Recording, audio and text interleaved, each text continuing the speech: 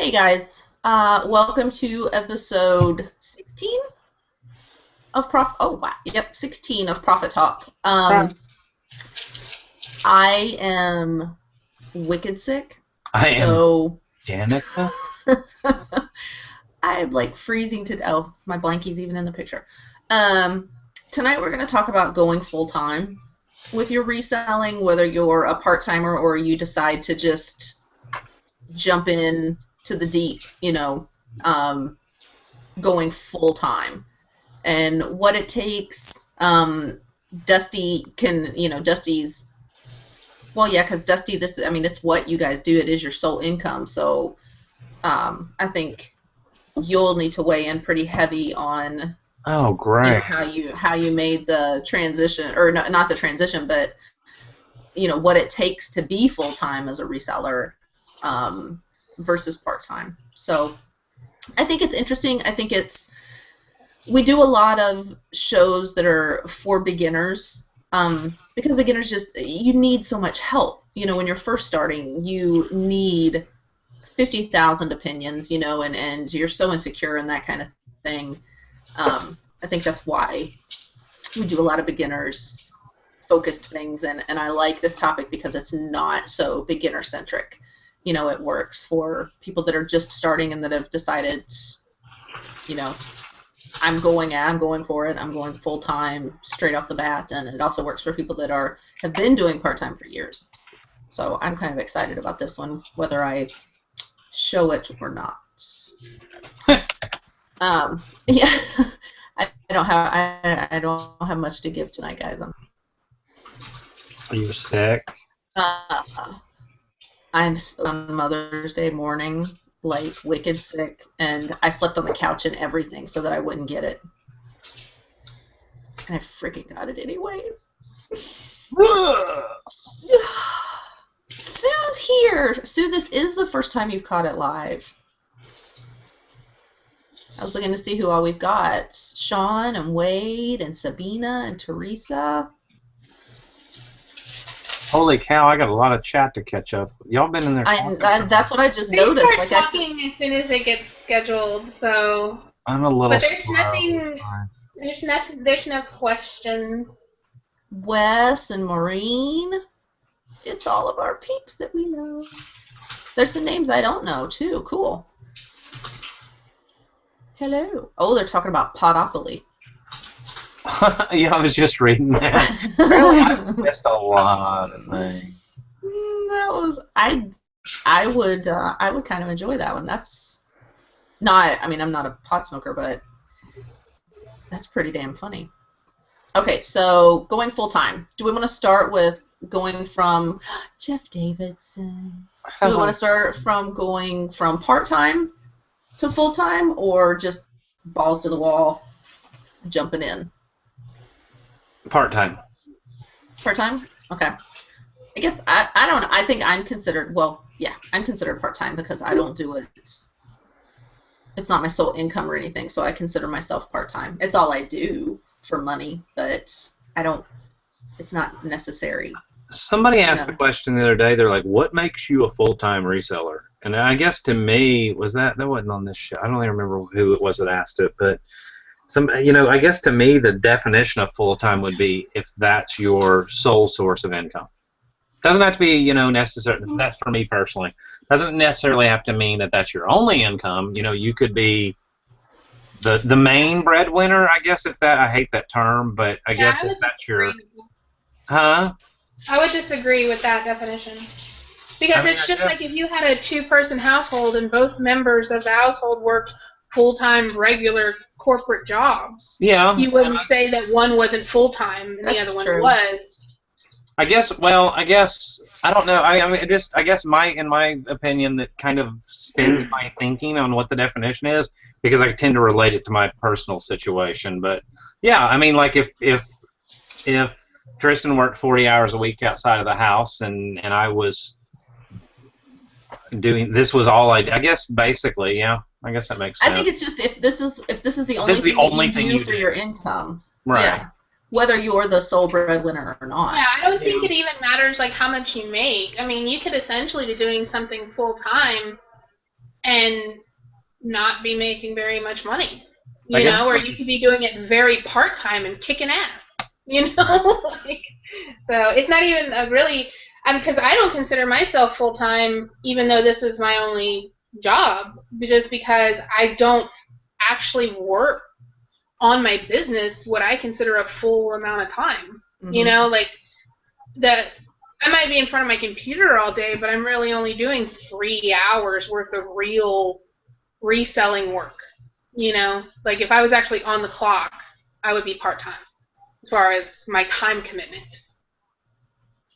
I think that's part of the draw for a lot of people is they think that you only have to work a couple of hours and you'll magically get this full-time income, you know, like income that you can live off of. I think that's why a lot of people are drawn to reselling. They think that there's not much work. It's you so go easy. shopping, sell It's stuff. so easy. It's like you just look. I could just sell these scissors right now. Yep. I honestly think that's what people think. I think Deb said earlier in the hangout before we started, or well, you weren't around yet, Danica. You were somewhere else, but she said, you know, if I worked a not real job, but you know what I mean, if I worked a paid salary job or whatever and put in the same amount of hours here, I could be making 6 figures a year. No, I didn't say that. Yes, you did. Something like that. No, I said if I actually worked full-time on eBay, I would be making 6 figures. Mariah. But instead, I only put in mediocre BSing time, and for the amount of time I put in, I make good money. But if I actually did eBay full-time hours, right, I'd make 6 figures. Pretty girl. She's so cute. Sometimes. Thank you. You're welcome. Yeah, no, that's what I was saying. You know, like because I don't put in, you know, because I do consider myself part-time just because the actual time I put in is part-time. You know, so. Sorry, I'm screwing everything up tonight. This has been the longest day, and I'm not complaining, but I've just been. Okay, I'm just gonna sit in my quiet hole over here and just not. You can't do that because you need to tell me now how you went. So. Like how did? Well, no, because we wanted to start with part-time. But you were saying so many people think you're gonna get in, and it's gonna be. I mean, I totally admit I probably put in. I don't know, 60+ hours a week, but it's not like I'm working. It's not like I'm doing assembly line work in a factory where I'm actually working the whole time. I mean, do you really consider it work? Like if today I did a lot of things outside of the house, but I spent a good 6 hours in front of my computer. I was in a hangout with people the majority of the time talking, but I was also doing stuff. I was finishing up FBA shipments. I was stopping and I was answering my phone. I was talking to friends. I was calling and making vet appointments and doing other stuff. So it's not like I was really, you know, so like a normal 10-hour day isn't necessarily 10 hours worth of work. Yeah, that's what I say. Like I can be at my desk, you know, or in my eBay room for 8 hours, 10 hours a day, but actual work time is like 30% maybe, you know? So I gotta get more diligent. That's why a lot of people say if you're gonna go full-time, you need to make sure that you're in control of your time, that you have good time management skills, because it's so easy. And I've seen other people that went full-time and had to go back, you know, because they kind of pissed off their time. It's so easy whenever you don't have, okay, I'm 8 to 5 and I have these things that I have to do in these time frame and do this. If you can't manage your time, you'll find yourself pushing further and further out. I'll do it tomorrow, and then a month goes by and you've listed, you know, 20 things, and you're wondering you don't have any money, you know. I know that you hate this, but I think schedules are awesome. I love schedules. I love them. But you don't follow them. I just personally hate them. I love them. I love to-do lists. I love organizational planners. I just can't use them. I can't. That's it. But that's a really good point. If you have just poor time management skills. And if you don't work well without, like someone giving you a deadline, you're not going to make it as a full-time reseller unless you do some real soul searching, knock down, drag them out kind of work to work on that. I mean, yes and no, but at the same time, I think you get to a point too. I agree and disagree, but I think at the same time too, you get to where you have to be fluid in your business. Like for instance, today I was doing all these FBA shipments. Had a bunch of stuff going out. I've got an item that I've got 200 of, and they need price tags, the original price tags peeled off, and they need 200 FBA labels. And I had other things that I should have been doing. And did Danica's camera just go out? Oh. And then I had other things I should be doing. My father-in-law showed up. The dog needed to go to the vet. I had Tristan in there. She had things that she needed to do. But I said, I really need you to peel 200 labels right now if you can help input on 200 FBA labels. So, that, even though my day started out of, here's what I was going to do. I was going to get up. I was going to list on eBay. And then I remembered that, hey, there's this item I wanted to grab that was down the road that I can get a bunch of that need to go in with this Amazon shipment. I should stop what I'm doing, and I should run down the road. I mean, so for me, I'm probably like, from a corporate standpoint in the real business world, if somebody from the outside looked at my business, they would say, oh my God, it's the most unstructured thing. It's the most, and I've actually been told that by a guy that here locally that I worked for a long time ago that owns a big corporation, and he told me that, and I said, you know what, I don't really care. It works for me. It may not work for your big corporation, but being fluid works for me. If I find out, my daughter's at Walmart right now. Like, there's a difference between being fluid and being, like, bad with your time management. Yeah, but it's not that being fluid is a must, because you never know when you're going to get, like, you're going to hear about some awesome deal and you drop everything to go and jump on it. But you're right. You still have to be able to say, okay, I need to get this, and this has to be done today. Right. And then actually getting it done. There are a lot of people that they'll jump in Hangouts, or they'll get stuck on the Facebook rabbit trail or the YouTube rabbit trail, and they just don't get anything done. I get overwhelmed. Like today, I wanted so badly to list things, but I have so much stuff in there in the room, and that's another thing about being organized and being able to function in your space is that, like I went into the room, I had time to do things, and I intended to do them. And I go in there, and I'm just looking around, and I'm like, oh my gosh, I don't know where to start. And I just kind of like circled around, and okay, I grabbed something, and I'm like, all right, I'm going to list this. Oh, okay, wait, this doesn't work. Okay, well then I guess I'm going to have to part this out. Oh, wait, okay, then I guess I need to clean this now. You know what, I'll just work on this later. And then grab something else, and never listed anything. I touched like 8 things, but nothing like happened with it.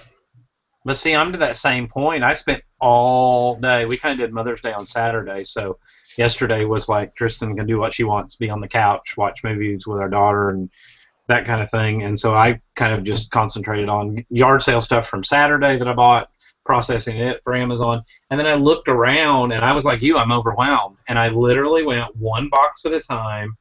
I got 2 big storage totes that were empty, put them over here to the side, and I was like, yard sale or donate. Don't care if the yard sale may never ever happen. It may end up being donate, but it's stuff that I don't have the time to clean. It's not worth cleaning, or it's broken. I don't want to part it out. Literally, it was so much crap. And at the end of the day, then I look around and I can actually walk. It's not a pig trail. And even though I got rid of some stuff that had money value, I felt so much better, and it was a burden off my shoulders.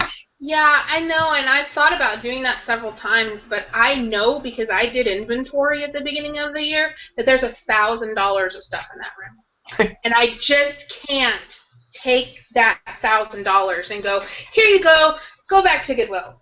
I can't. I want to because I need to start over. But I know I would buy that same shit again. But you know what? But you need to take, like, every day, take 5 items, grab 5 freaking random things, take them to a different room, and list them. If you've got crap pictures... I think the subject line changed to how Deborah becomes full-time. I think it did. No, but I went through, I mean, my method, and this is what worked for me, was anything that's, you know, not worth at least $14.99 went bye-bye. Just totally went bye-bye.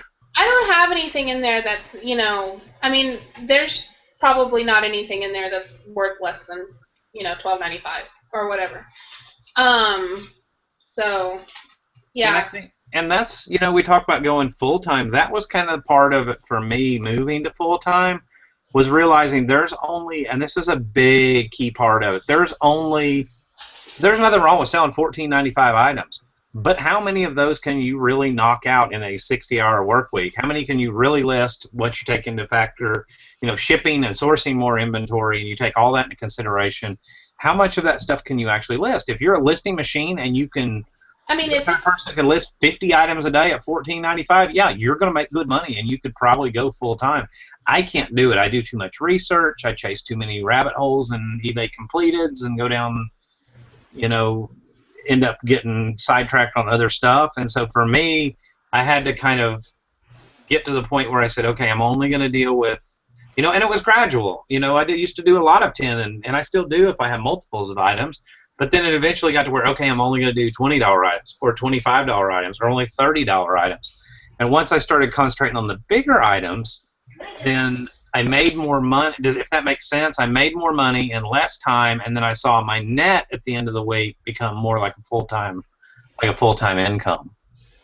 But I think it's a gradual thing for most people. You know, because most people that start out as part-time, they start out with the coffee mugs and the plush and, you know, like the 25, 50 cent things. And if you are able to reinvest, you know, at least the majority of the money that you make, if you're able to reinvest at least the majority of it, you will eventually, you know, climb that ladder of, you know, you'll get to higher priced items and better priced items. Like Angie Martin just said that she'll end up listing like some cheap piddly thing, and all of her higher dollar items are left unlisted. And she said, I don't know why I do that. And it's a conscious choice. I mean, it's a conscious effort that you have to put in to say, okay, I'm going to start, you know, dollar-wise, I know that I've got some, you know, $200 items in the room. Start with those, but it's so hard to make that change because those are the ones you know you need to spend more time on. You need to do better pictures and more research and blah, blah, blah, you know. And I think that's why people will grab their cheaper things first, because it doesn't matter so much. There's not as much riding on those piddly little items. I mean, my problem is... Oh, go. I was going to say, I have really wanted to, for a long time, just be like somebody that could just bust through listings and didn't really care. Been one of those, you know, examples of how not to do a listing, where it's like one picture and a thing, and for some reason it's sold, you know, but I can't. I try to do it like, you know, I'll just do it really quickly, and before I know it, I've already done research, I have this long keyword title, I've filled, you know, it's like it doesn't work. I can't, you know. So I don't know. I've got to figure out a solution because, I mean, like, this is the only job I have, and I need to get more efficient at it. Well, Angie was asking if I have like an actual schedule to follow, and I do, but I don't always follow it. But I homeschool my kids. You know, I still try to take care of my house. You know, I still have wife duties, you know, that kind of thing, mom duties around the house, and you know, my kids are in scouts, and coming up soon, there's other things that are going to be added in. So I have a lot of responsibilities, I guess. I know we all do, but it's like I have things that have to get done. You know, like the education of my children is more important than anything else. You know, so a schedule helps immensely, and it's not something that happened overnight. That evolved. I mean, that took years to evolve and get into place, you know, to a way that actually works for us. But the upside of that is that my kids, they love having a schedule and working to a schedule. and it was really hard for me to get into that, like to working on a schedule. But I highly recommend, especially like if you are really awful, with time management, to try messing around with a schedule. Just say, okay, give yourself, and don't put times on there. Don't put like at 7 o'clock I'm going to do this, and I have from 7 to 7:30. Just give yourself time blocks. Just say 30 minutes when I get up, I spend 30 minutes on this. I've got 30 minutes to research and photograph, have my keywords and everything for these, 4 things. Mm-hmm. Or whatever. It doesn't have, if that's too much, then whatever. But try it, Start working towards a schedule. Because a lot of people, you're not going to be able to go from the part-time to the full-time without some type of schedule or some time management in place. It's just not going to happen. Don't tell me what I'm going to do and not do. It's not going to happen, woman. You don't tell me, I'll show you, Danica. I tell you everything. Need your damn schedule. Mm-hmm. But it really, honestly, it's not confining. A schedule shouldn't be confining and restricting, nothing like that. It's a goal thing, it's something to work towards and work against to get where you need to be, to get those things done and completed and make yourself more, I don't remember the word. Efficient? What's that word? Productive and efficient, yes. And I've thought about, like doing a little printable for people, that are resellers, bless you, that are trying, that are terrible with time management. I've thought about trying to put one together, but I didn't think anybody would be interested. Aside from time, you also need money to go full time. Definitely. This Saturday I went out and I did a little bit of a haul video on it, but I was at a yard sale and the guy had it turned out it was about 150 DVDs. There were like 115 single DVDs and about 35 box sets. And we negotiated, I ended up getting it all for $110. So I went through, and this is where I get overwhelmed. This is going back to what Deb said. I go through them, that was part of what I did yesterday, and I go through and I swap out the cases, and I have to, if the cases are bad, first of all, I go through and look up the ones that are even worth FBA. If it's not worth at least $7.99, even though you'd still get about $3.50 after fees at $7.99, maybe even $4, I'm just not going to mess around with it. It's just too much work because I clean the discs, and there's a lot of prepping and all that. So I go through, I pick out all the good stuff, and then I sit down and do all that, and then I look at the rest of it. I'm like, okay, so out of all this good stuff, I've got, I don't even know what the figure is, but let's say it's $500 FBA value worth. Like, okay, I'm already going to make my money back several times over. The rest of the stuff, do I want to throw that in the pile, the lesser DVDs? Do I want to throw that in the pile to the guy that I sell them to for $1, which I would get more than my money back at that rate? Or do I really want to jack with them when I've got all that other stuff I could be listing? So I had to kind of, and it took me years to get to this point because I used to hang on to every little thing. And, typically those before, 10 years ago, I would have taken those and I would have put them in a pile and I would have said, okay, I'm going to list those on a rainy day. No, I just need to, it's so hard for me to do because it is money. I'm going to go wholesale them for $1 when I could have listed them and still got $3 for them. But I've got to concentrate in order to get to that bigger, gradual level like we were talking about where you're selling the bigger, larger items. You've got to learn to take the fluff. When you have package deals or you have excess inventory or whatever, you've got to learn to take that fluff and get rid of it and not think about it. Like, Dad, I remember when you cleaned out your garage, you were like, it hurt, but once I did it, I felt so much better. Yep. Or your shed or whatever it was. But my shed. Your wood shed. But, and it's hard. But you know what? And at the end of the day, I still made 4 or 5 times my money back, at least, on the good DVDs that I kept. I really got my initial, I ended up with 70 DVDs left, 60, 70 DVDs that are the ones I'm going to sell for $1. That's still half my money back on what I paid for all of them. So who cares? I don't have to think about them anymore. They're done. They're gone. I don't have to jack with the penny items. And it's a big, huge burden. It's not something sitting in my to-do pile anymore. So, are you cold or are you allergic to us? I'm so freaking cold. Like, feel like I just got pulled out of the ice water cold. But I don't know.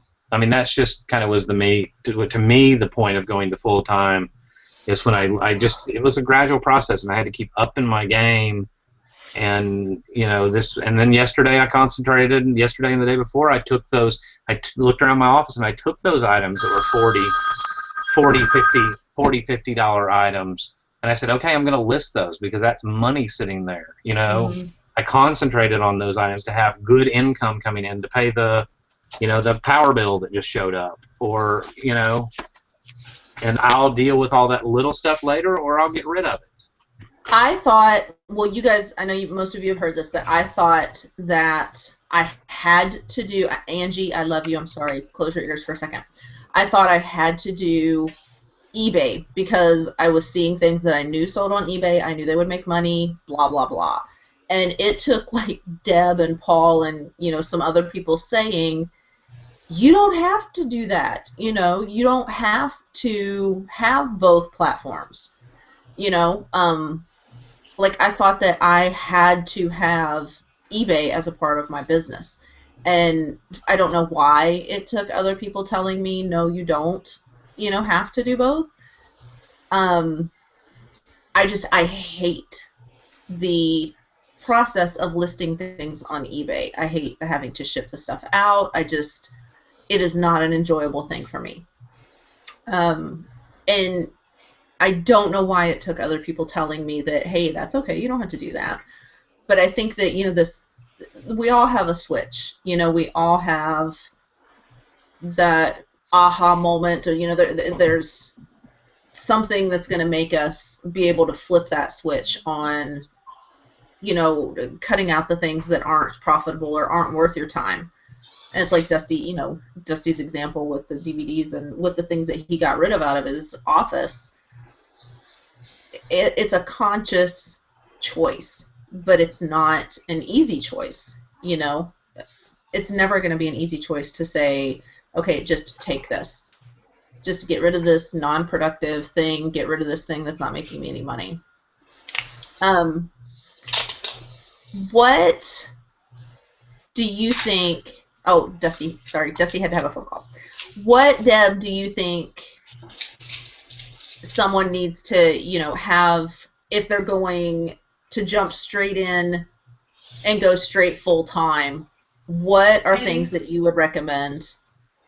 Savings. Save how much? I would say at least 3 months worth of their expenses. Mm-hmm.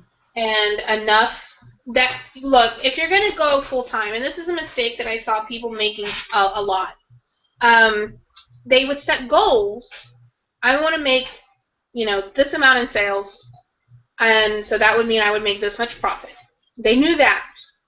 But they wouldn't go the extra step and figure out how much product they needed to have listed, what their sell-through rate had to be for them to even get those sales, what it meant for them to actually attain those sales, as far as, okay, if you've got 400 things listed and your sell-through rate is 30%, then you need to make sure that each month you're listing this amount of things to keep that 400, and that, well, how much is your average item, okay, and then how much are you going to have to spend on your inventory to get that number? Because that was an issue that I had, and that I knew how much I wanted to make, and I had to sit down and look at it, and it was like, okay, with my numbers, the average price that I sell things, my sell-through rate, I'm going to have to buy this much inventory every month.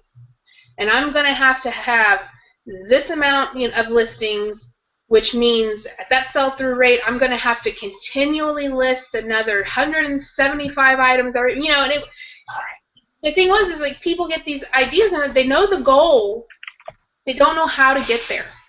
Mm-hmm. They've never actually sat down and figured out how many listings they have to have, how much inventory they're going to need, how much money they're going to have to keep that inventory number up. Mm-hmm. And then that way you know how much money you have to reinvest in your business every single month. You know, I knew every single month that I was going to have to spend $800 on inventory if I was going to meet my goal. You know? Yeah. Well, and I hope I didn't totally miss part of what I'm sorry, my daughter's. The whole conversation. You know, my daughter's at Walmart, and I've got her. She's like, "We need cat litter," and I've got her checking on a replens type item for Amazon, and she's like, "Okay, they have it, and they have this many of them, and you just send me money on PayPal," and she's like standing at like they're waiting for me. We were just talking about what people need to go full-time, like to just go straight into full-time reseller from nothing. Like, I mean, I know for a fact exactly what I need to make the money that I want to make, that what I consider full-time. Mm-hmm. And I'm not anywhere close to that. Well, you know, because I haven't put the time in to get to the amount of listings that I need to have. Well, the biggest problem, and I hope I'm not repeating something you already said, but the biggest problem with going full-time is the balance between being able to pay your bills.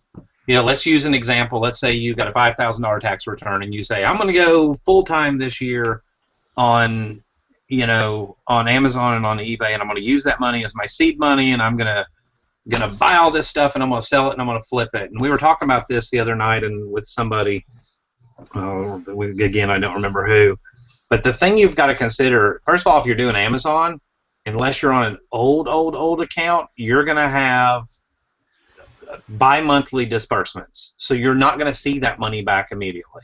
PayPal and eBay, you actually would. If you have the debit card, you could pull your money right back out. Then if you take that $5,000 and tie it up in inventory, let's say your overhead and your bills, and I don't think a lot of people sit down and think this part out, but let's say your total bills for the month, once you do car payments, power bill, clothes, food, housing, the whole thing, is $3,000 a month. You got to make $3,000 profit on that that $5,000 back, initial $5,000 back, to even keep at that same level of seed money, if that makes sense. You know, you've got to, and if not, let's say you invest $5,000 and it's stuff that you only sell for a 10% return or a 20% return or whatever, then you're just chipping away at that $5,000, and 3 or 4 months down the road, that $5,000 is going to be pretty much gone because you used it all to live off of, if that makes sense. Mm-hmm. So it's it was Square Deal Guy and I were talking about a hangout last night. It's really a numbers game. You have to be really good at flipping stuff fast.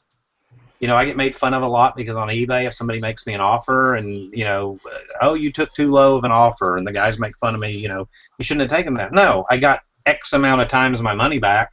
I flipped my money. I can now go pay a bill with it, or I can now go invest it in something else. You know, I'd rather do that. That's my personal business model than to sit on stuff forever holding out for top dollar. Because I and there's nothing wrong with that. No, there's not. Like, people constantly put down, you know, the fast nickel or whatever. That's that person's business model. Right. I mean, I think it just ultimately depends on how much you have to fall back on. Do you have something else to pay your bills? Do you have another source of income? Do you have a spouse that works outside of the house? Mm-hmm. Do you have a retirement pension? You know, do you have a pension coming in? Do you have something? You know, because if not, if you're not starting with a whole lot of money, I mean, you're going to have to flip it really hard, really fast, and sink it back in again quickly. And that's one of the things we were talking about last night. Is I was fortunate enough to be on one of the older Amazon accounts where I have daily disbursements. So, like at Christmas time, I started out with X amount of dollars. I think we actually about $5,000, and I said I have this amount of money to sink into Christmas stuff. But as the stuff would sell with Amazon, every night at 10 o'clock, I could sweep that money into my bank account. And 2 days later, it would hit my bank account. So I was on about a 3-day rolling return, not including the time it took to get the stuff to FBA. But I was fortunate enough to have a real quick, you know, rolling period. And if you don't have that, it's going to be really tough because it may be a month before you see your money. And if you don't have reserves to fall back on, I mean, I can't even imagine what that would be like. You know, it'd be really tough. The orange elephant, I don't know who that is, but Brock. Who? Brock. I don't know Brock. Hi, Brock. Well, you need to get made a really good point that controlling your expenses is really important, and it really is. I think that's a great thing, you know, that if you're gonna jump straight into being full-time, or I think for anybody, honestly, you know, get rid of the cable TV, get rid of your satellite TV, you know, cull back the expenses that are just pointless, you know, get a $9.99 freaking Netflix or a $100 a year Amazon Prime, and you've got your TV shows, you know. Are we talking about personal? Is Brock still even in? Brock, if you're still there, were you talking about personal? I don't know, but I was more. I took it that he was talking about personal expenses, cutting your personal expenses, in order to not have to have so many. But really important to have, and this goes back to talking about knowing what you need for your business, because if you know how much you need to spend to get where you need to be, then it's easier for you to budget your money as far as how much you're going to spend on inventory every month. It can be really easy for people to jump out the gate and just buy, and then they end up like me, and they got a room full of stuff, you know, because you buy faster than you list, you know. So if you know how much you need to have, you can kind of split that up, and you're like, okay, if I have $800 a month that I'm going to spend on inventory, you know, that's it. Yeah, talking about personal, rent, utilities, car, etc. And Brock, I totally agree, and I've talked about this on other shows too. This is just our personal lifestyle, and it probably goes back to having done the Dave Ramsey plan years ago. I mean, we don't have cable. We do pay $99 a year to subscribe to Amazon Prime. It's very similar to Netflix. It's worth the $99 just for the groceries and things that we order that we actually get cheaper than what we could get at Walmart, because with Amazon we don't pay sales tax on items in Alabama because they don't have a fulfillment center here. So that saves me 9% sales tax right there on anything I order. I mean, we order paper towels off Amazon and they're cheaper than Walmart, plus that 9% on top of that. So it's worth the $99 a year. And as a side benefit to, just to kind of sing the praise of Prime for a minute, as a side benefit to it, you know, you get the Amazon Prime movies, which is very similar to Netflix. Man, not exactly the same, but there's a whole lot of free movies, and they have their own TV shows. Well, the TV shows they have are awesome. They have, yeah. I mean, they've got some of the HBO shows, you know. So, yeah, but they have all the cable shows. So we cut out cable. I mean, that was, I don't remember what we were paying, $60, $70 a month that we didn't need. We cut out a home phone a few years ago. Because we were all using cell phones anyhow, so why pay Bell South or whatever it's even called anymore? I think it's AT&T now. But why pay for a home phone? I mean, I could get totally started on how we do our groceries. We're extreme bargain shoppers when it comes to groceries. Deb and Danica have already heard it all, but we buy a lot of the staples. If chicken's on sale for, all of a sudden they have a special and it's 99 cents a pound for bone-in chicken breast, I'm the guy that will buy 70 pounds of bone-in chicken breast and put them in a deep freeze.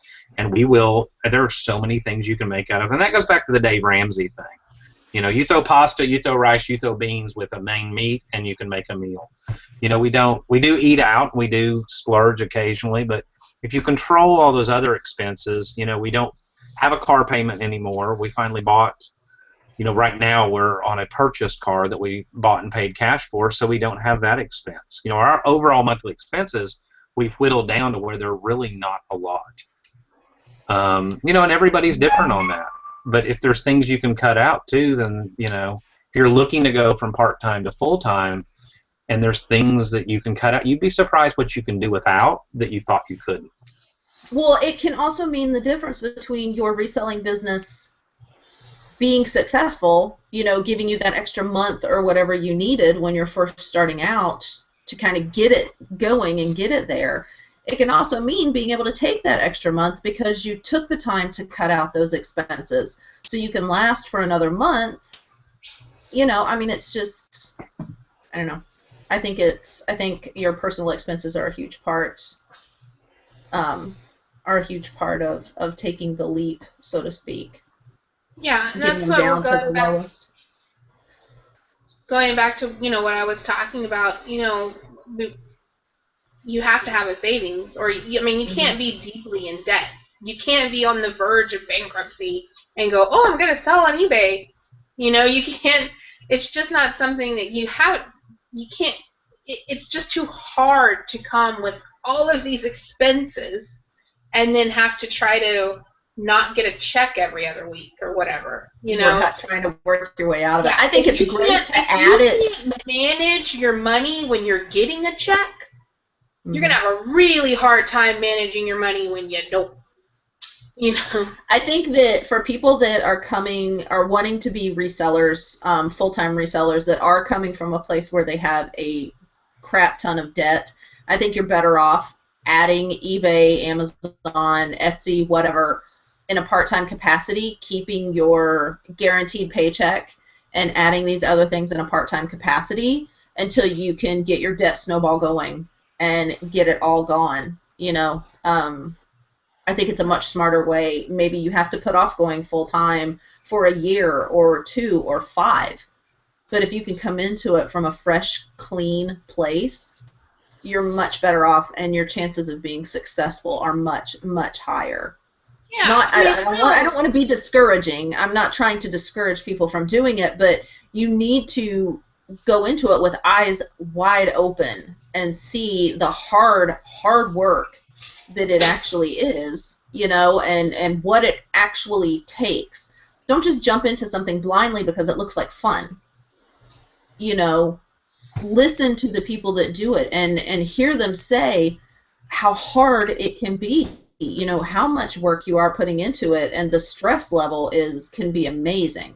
It can be amazingly high. And it's a totally different ball game when you're like, oh my God, somebody buys something, they're turning off the electricity.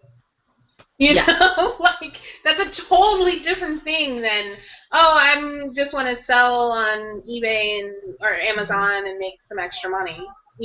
So you have to take all of those things into consideration before you even, it would be totally mind-boggling to me. Like my husband lost his job that he's had for the last 9 years, but then he went right into his own business that he had. Without even blinking. Yeah, it was poof. And everything's fine. So I thought I was gonna have all of this pressure. So then I was like, all right, I really gotta get down to work, but my life didn't change at all, But if it had, and he didn't find work, and he was sitting here, oh my gosh, how much pressure would I be under? This would be a totally different thing going on here in this house. It would be, I can't even imagine. It'd just be unreal. You really, and I totally agree with you guys, you do have to have the basics of either have sold on the website before or have a little bit of seed money or have something. I mean, the people that I've seen come along and say, like you said, where they're shutting off my power or they're whatever, I'm gonna try my hand at eBay, and they don't realize all their transactions are gonna get held at first, or with Amazon, they do what they call velocity reviews, where if you sell too much too quick, they hold your money and they'll tie it up for 2 or 3 weeks initially. Sometimes, if you're not prepared for all that, to jump in, to be like, oh my gosh, I have to save my house or I have to save my power or whatever, and to totally jump in would be really, really, really tough. But if you already had those basics, like with Deb, if something happened, with her husband's situation, all that, she's already got the basics. She's got an established account. She's got established Amazon and eBay, and then she just needs to up her game a little bit. That's doable. I'm not saying the other one isn't doable, but it's going to be really hard, and I've seen very, very few, if any, people actually succeed and say, hey, I've never sold online before, but I'm just going to jump in and try this, being brand new, not knowing what I'm doing, and trying to save the house. I mean, that's a tough That's a tough road. Place to come from. I could not imagine at first, if John quit his job and said, I'm going to do this with you, I would have a small heart attack. No, you're not. I would have a small heart attack. But once I got over it, John's that guy that everything he touches is gold. You know what I mean? I mean, we would probably be rolling in it if he did, but he would hate it. He would absolutely hate everything about it. Like, he doesn't understand why we do, or like, you know, how we enjoy doing this, or why. He's like, why? You know, he would probably rather get a job at McDonald's, you know, than do something like this. Yeah. You know, he thinks it's crazy, but this is the first business. I have had a business of one sort or another for the past 15 years. Yeah, for the past 15 years or so, I've had one business or another going, you know, at all times. And this is the first one that I have literally felt like it was the perfect fit. Like, I enjoy all aspects of it. Yes, it's hard, and yes, it's stressful, but not so much for me because I have him to fall back on. You know, like, my stuff doesn't contribute to our family budget in any way yet. But I still stress out about it because I know, you know, okay, I've bought these things. I need to flip them, you know, for this amount, or, you know, whatever. I couldn't imagine if he just, like, guess what I'm doing? You know, it would freak me out. But then again, I'd also be afraid that he would do better than me. You know what I mean? Like, I literally would be afraid that he would be better than me. Just because that's what he would do. He's a jerk. Oh my God. In my hypothetical scenario, John is doing better than me, and I don't like it. Like, anyways, I can't imagine, like, just doing that, making that huge jump, because he has zero clue about this stuff, you know? Yeah, it's crazy to me. You know, Please I think... just... Go ahead. I think I've probably told the story 10 times, and y'all probably heard it 10 times. Some people may not have, but there was a point when we went back to work for somebody 5-6 years ago, and they bounced all our paychecks, and they basically said, you know, hey, all your paychecks are about to bounce, and your expense accounts, and it's all going to hit the bank. It got kicked back from our bank, and it'll hit your bank at midnight, basically. Holy crap. Took the last couple $100 that we had and said, we're getting back on eBay, we're getting back on Amazon. But like I said, the plus side of that was that we had already done eBay for years. We had already done Amazon for several years at that point. It was not a huge deal because we already had the established accounts. We already had everything up and going. We weren't going to be limited on how much we could sell or them holding our money or anything. So it was a totally, totally different scenario. It was like just picking, like riding a bike. You know, you just pick up where you left off and keep on going. It was, you know, for somebody that's in that situation that's never done it before, I can't imagine it. You know, I just don't think it's necessarily doable. Excuse me, un momento, people showed up. Anyway. Like, people came from somewhere. I think the big thing that I'm really, really, really hoping that people take away from this, whether you're part-time going to full-time or you've decided to just jump feet first into this, straight into full-time, please make sure that, you know, you've got your financial ducks in a row. You have something to fall back on. You know, like Deb said, at least 3 months of savings for your expenses. I would probably even go more than that just to be safe. And I know that's not feasible for everybody. These are, you know, in a perfect world things. Do your research. Deb's example that she gave of, you know, like, especially if you're on eBay, knowing your sell-through rate and that kind of thing, that's huge. On Amazon, it's pretty much the same. You know, you need to know how fast your stuff sells and what your average sell price is, you know, to know how much you need to have in there and that kind of thing. But you can't come into this whole thing with these blinders on that, oh my God, this is going to be so much fun. You know, if that person's doing it, I can totally do it. It looks so easy. You know, I don't know. I'm really hoping that that's what people take away from this is come into it prepared. And know your weaknesses. Like, know your weaknesses. Like, don't think that, like, with me and my organizational issues or my time management issues, those things aren't gonna change just because, you know, I have this business. I've had the same issues since first grade, you know, of not being able to get my folder signed or whatever, you know, like, so the kind of know where your weaknesses are and try to work around them or work with them, or, you know,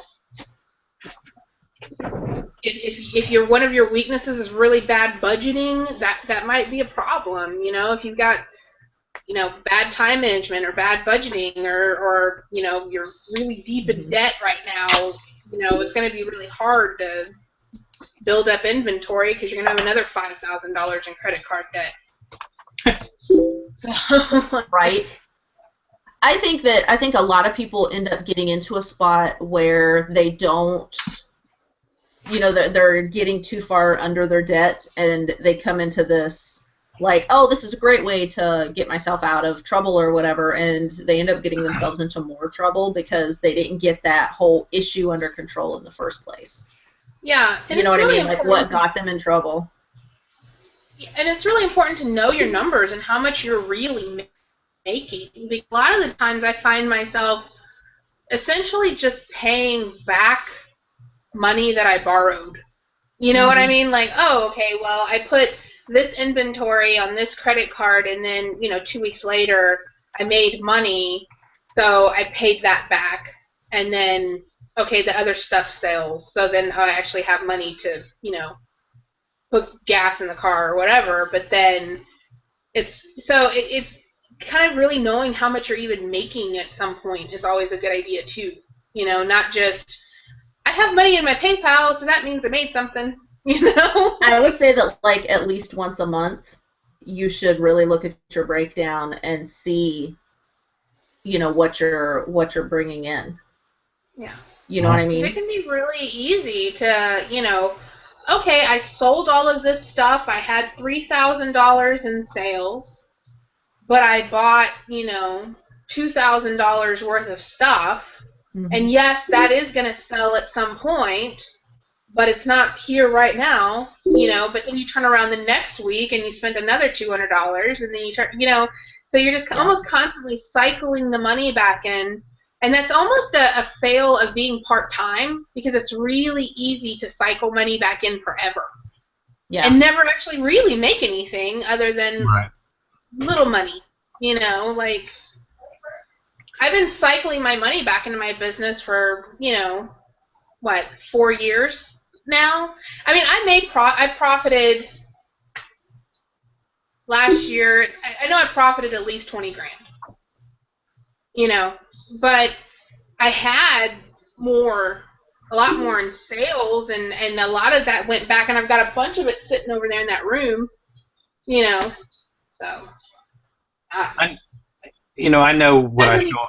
I know what I show on paper to the IRS, which is totally different, because you can write off home office deduction, you can write off mileage, you can write off all that. Yeah. But, you know, people say, well, what do you make? And people love hearing about net numbers. I would love to share that with you, but I can't really necessarily tell you. But I can, and this is what I always say, I support a family of 4 as our sole income, although we do live modestly. Like I said, no car payment. Housing payment is moderate. You know, we don't have a ton of other expenses. We do live comfortably. We work really, really, really hard, and we do play really, really, really hard. Deb and Danica can tell you this weekend, Mother's Day, we went to the mall, and I let Tristan kind of let her hair down and go loose and buy some things. Dusty made it rain. I made it rain.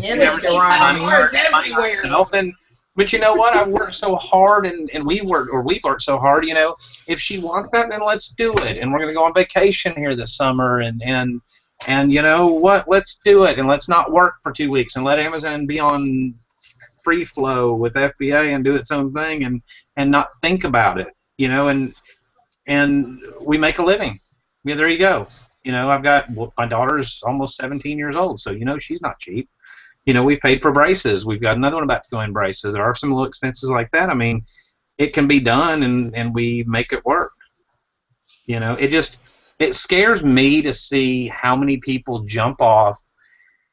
And we've only got a couple minutes left, and I noticed some people back in the very beginning of the chat mentioned it, and it's kind of the elephant in the room. I know that in about 2 minutes, another show is about to start that involves Robert Bagley, who quit his, too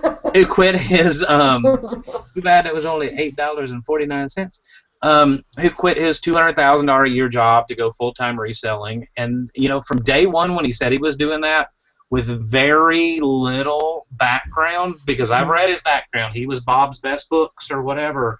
He had dabbled in Amazon and eBay, and then all of a sudden he's going to take all this money he has and he's going to sink it in, and he's going to go hard in fourth quarter. And then I'm looking at where he's sourcing from and looking at his inventory and stuff, and it's like, wow, there can't be much profit margin there. And I'm like, even if you had that kind of seed money, that's not a viable model. That's going to catch up with you eventually. Mm-hmm. We were all really scared for Robert when he came on, and we all told him so. And that's why I think that it didn't work out for him, for whatever reason. But at least he had something to fall back on, which is great. And I'm really anxious to hear on the show tonight. He said he was going to explain, how and why or whatever. I don't know about the hows, but the why he went back. And I'm really anxious to hear that, and I hope he's at least open and honest, and he seems like a legit guy. I hope he's open and honest enough to say, hey, guys, here's where I messed up. And maybe he didn't mess up. Maybe he just decided it wasn't for him. I don't know, but it always terrifies me. He could have made $100,000, and it wasn't enough because it wasn't $200,000. Right. You know what I mean? We don't know. I don't know his don't get coming from that. Enough. Exactly. And it is what... grand, and it wasn't the $250,000 job he got offered. But it is what him making that announcement is part of what prompted this, because we were all really, really scared for Robert when he first came out. I mean, really, really scared for him. And I think that, we need to do a show like this every once in a while. Okay. We got to go because we all want to go hear what Robert says. So have a good night. Hope it was helpful. Go watch Robert's show. We love you guys. Early. Bye. Bye.